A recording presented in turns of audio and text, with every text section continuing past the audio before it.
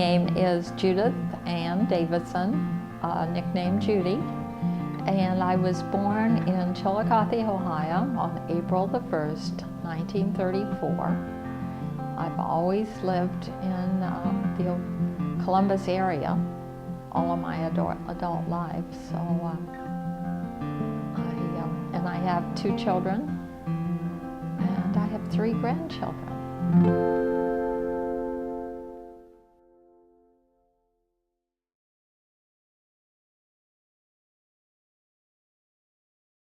Both my parents were born in rural Ross County, and Dad went to work at a movie theater out of high school. It was back in, well, he was born in '05, and so it was back, what, 18, 20, 1921 or so. And he went to work in a movie theater as a projectionist. So you guys know about that. And Mom and he got married right as soon as she graduated high school. And he kept that job until they were both active in politics. And so he got a political job with the county. And I was in high school at that time. So you know how many years he worked in the theater. So I got into all of the movies free. So I kind of grew up. He had in those days, the projection room was, you know, up at the back part of the theater, up in a narrow stairway that you go up, and a little tiny room with the cameras. And they would rewind the film then. You know, they had these rolling devices that they would wind and splice the film, and the projection machines ran on carbon, so, you know, for the light. So I remember those where there was pieces of this burning. You know, it looked really hot. Yeah. So, but I'm sure it wasn't good for him because he had lung cancer, but he was 85 when he died, so. But I'm sure up in that tiny room all those years with that carbon burning wasn't the best for him. But he was clerk to the county commissioners, and you know, they spent a lot of time working for the Republican Party. And so then Mother got a job in, she worked in the theater for a while selling tickets. And then she was at home when we were being raised. But she went to work for the sheriff in Ross County. And so they both retired from the courthouse. In this black book that I have here, I've got pictures of them when they retired, and from the newspaper. Did you know your grandparents? Oh yes, I did. The house that I was raised in, my grandparents were just a block, lived a block away. But you know, I don't remember going there or having them babysit for me, or, I mean, I remember going there and having other cousins there, and you know, I suppose it was birthday parties or stuff like that. But I don't remember spending a lot of time there. So it could be, you know, my mom was home when I was little, so I didn't have to have a babysitter. Yeah. But I knew my grandparents, and except for my mother's father. He was much older than her mother.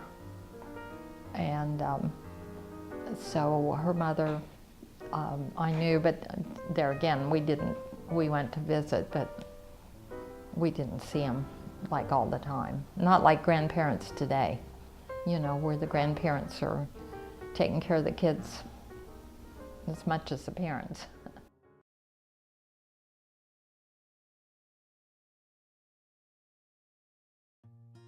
I went to the same school for 8 years, And we lived about 4 houses from the school. And and it was one of the old 3-story building schools, not like what they have nowadays. And I was a good student. I've got my high school report cards in here. All A's and B's? A's and B's. Yeah. So then I went to high school, but it was on the other side of town. So we rode the bus because we didn't drive cars back in those days. I graduated in 1952. I liked history. I didn't go to college because living in a small town, my parents didn't have any money to send me away to school. They didn't have a college there. Ohio University was starting classes at the high school, you know, like evening classes, and I did take a couple of those. But I got a job with an insurance company. So my last 2 years in high school, I actually just took secretarial classes because I wasn't going to college, so you know, they said, no need to take all these college courses. So I took secretarial, bookkeeping, shorthand, and typing on a typewriter. So, but I started then right out of high school with an insurance company, Prudential, and stayed there, and they moved the offices to Columbus. They closed the office there. So that's what brought me up here in 1954.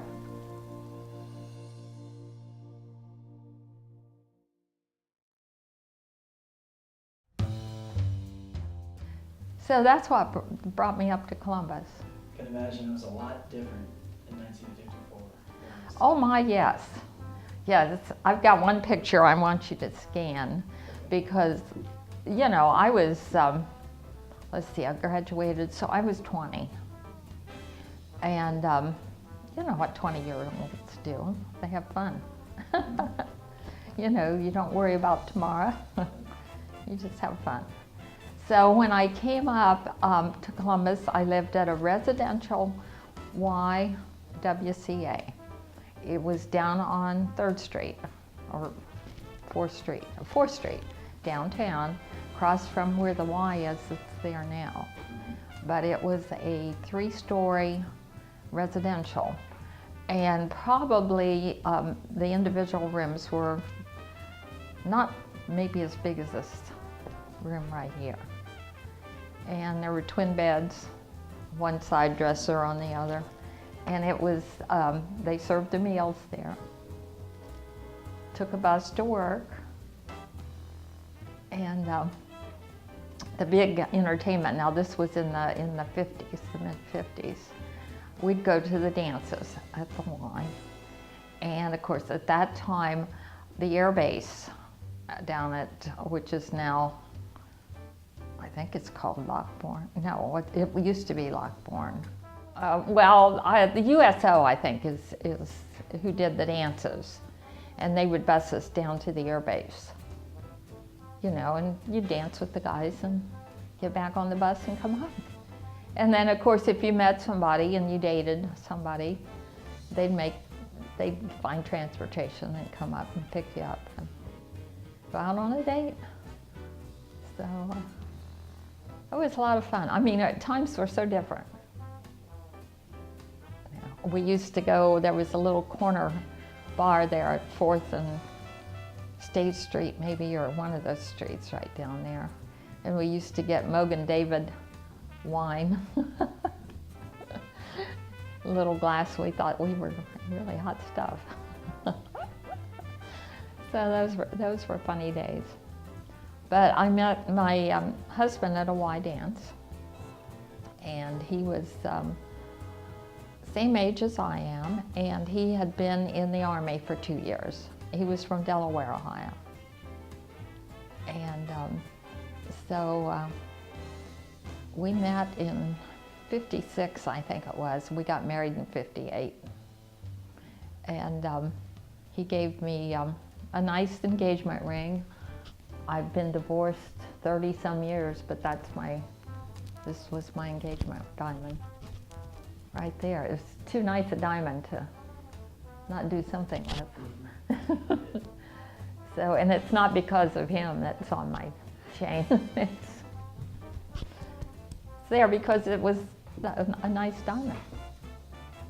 So anyway, we were married in '58, and I was still working for insurance companies. I had changed from Prudential to another company right over here on East Broad Street.